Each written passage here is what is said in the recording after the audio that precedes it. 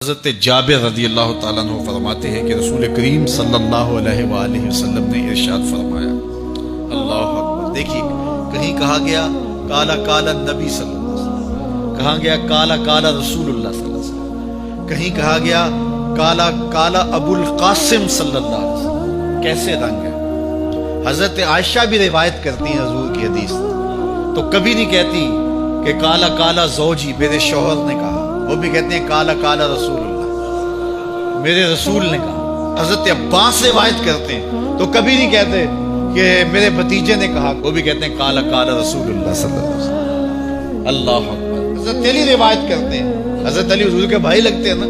تو کبھی نہیں کہتے کالا کالا اخی، میرے بھائی نے کہا، وہ بھی کہتے ہیں کالا کالا رسول اللہ صلی اللہ علیہ وسلم۔ اللہ اکبر۔ یار رسول کا رشتہ کتنا بڑا رشتہ،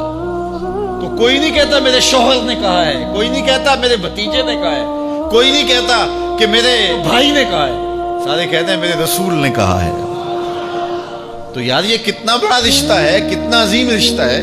تو اس رشتے کے ساتھ فخر ہوتا ہے، ناز ہوتا ہے۔ اللہ اکبر۔ تو یہ کیا کہتے ہیں؟ کالا ابو القاسم، اب یہ کہتے ہیں کالا کالا رسول اللہ صلی اللہ علیہ وسلم۔ رسول کریم صلی اللہ علیہ وسلم نے ارشاد فرمایا، اُرِدَتْ عَلَيَّ النَّارُ، میرے اوپر جہنم کو پیش کیا گیا، میں نے جہنم کا ملاحظہ کیا، تو میں نے وہاں ایک عورت کو دیکھا، اس کی ایک بلی تھی، اس بلی کی وجہ سے اس کو میں نے عذاب میں مبتلا دیکھا۔ کیسے بلی کی وجہ سے اس کو عذاب دیا جا رہا تھا؟ اس نے بلی کو باندھا ہوا تھا، قید کیا ہوا تھا، نہ تو اس کو وہ کوئی دودھ دیتی تھی، کوئی اس کو کھانے کے لیے چیز دیتی تھی، اور نہ ہی اس کو چھوڑتی تھی کہ وہ زمین کے کیڑے مکوڑے کھا کے اپنے پیٹ کی آگ بجھا سکے، یہاں تک کہ وہ بلی بھوک کی وجہ سے مر گئی۔ رسول اللہ فرماتے ہیں بلی کی اس مالکہ کو میں نے جہنم کی آگ میں جلستے ہوئے دیکھا، اور عمر بن عامر الخزائی، بنو خزاعہ کا شخص عمر، اس کو میں نے دیکھا اپنی انتڑیوں کو جہنم کی آگ میں دھکیل رہا ہے، اس کی انتڑیاں نکلی ہوئی ہیں اور جہنم کی آگ میں گھسیٹتی ہوئی اس کی انتڑیاں جا رہی ہیں۔ یہ پہلا شخص تھا جس نے سائبہ بنائے تھے،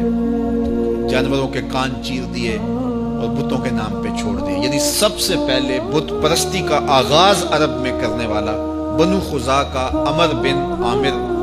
یہ تھا۔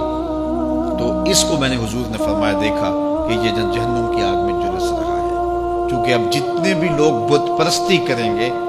ان سب کا گناہ عمر بن عامر کے نامہ اعمال میں درج ہوگا،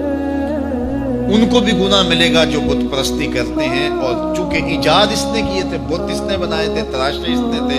پھر اس کے بعد اس نے جانور بتوں کے نام پہ چھوڑے تھے، چڑھاوے چڑھانے کا انداز اختیار کیا تھا، لہٰذا اس کو جو ہے وہ گناہ پہنچتا رہے گا۔ تو کہا میں نے اس کو عذاب میں مبتلا دیکھا۔ تو اگر خیر کی بنیاد رکھو گے نیکیاں ملتی رہیں گی، کھاتے کبھی بھی کلوز نہیں ہوں گے، اور اگر برائی کی بنیاد رکھو گے قیامت تک اس برائی پر جو عمل کرتے رہیں گے اس کا گناہ بھی کھاتے میں پڑتا رہے گا۔ اللہ اکبر۔ تو ہمیں اچھائی کی طرح ڈالنی چاہیے، نیکی کی طرح ڈالنی چاہیے۔ آقا کریم علیہ الصلوۃ والسلام نے ایک موقع پر فنڈ مانگا، تو ایک شخص نے اٹھ کر کے پیش کیا، تو جب اس نے پیش کیا تو اس کے دیکھا دیکھی دوسرے بھی کھڑے ہو گئے، دوسرے بھی پیش کرنے لگے، بعض کا سارے خاموش ہوتے ہیں، کوئی ہمت نہیں کرتا، تو ایک کھڑا ہوا تو اس کو دیکھ کے دوسرے بھی کھڑے ہو گئے۔ تب حضور نے فرمایا تھا من سنّا فی الاسلام سنتن حسنتن فلہ اجرھا، جس نے اسلام میں کوئی اچھا طریقہ رائج کیا اس کو اس کا اجر ملے گا، اور پھر اس کی دیکھا دیکھی جس نے بھی کوئی اچھا کام کیا اس کا اجر بھی اس کے اجر کی کمی کے بغیر اس کے کھاتے میں بھی داخل ہوتا رہے۔ اس لیے نیک، اور میں کئی لوگوں کو جانتا ہوں کہ جو جمعۃ المبارک کے اجتماع میں، پیر کے اجتماع میں لوگوں کو لے کے آتے رہے، کسی وجہ سے وہ خود نہیں آتے، لیکن جن کو لے کے آتے رہے وہ اب بھی آ رہے ہیں، تو وہ اگرچہ نہیں آ رہے اور کچھ فوت بھی ہو گئے ہیں، تو جو جن کو لے کر آئے ان کے کھاتے کا ثواب ان کے نامہ اعمال کے کھاتے میں بھی درج ہوتا رہے گا۔ تو اس لیے اچھائی کی طرح ڈالو، نیکی کی طرح ڈالو، اچھائی کی طرح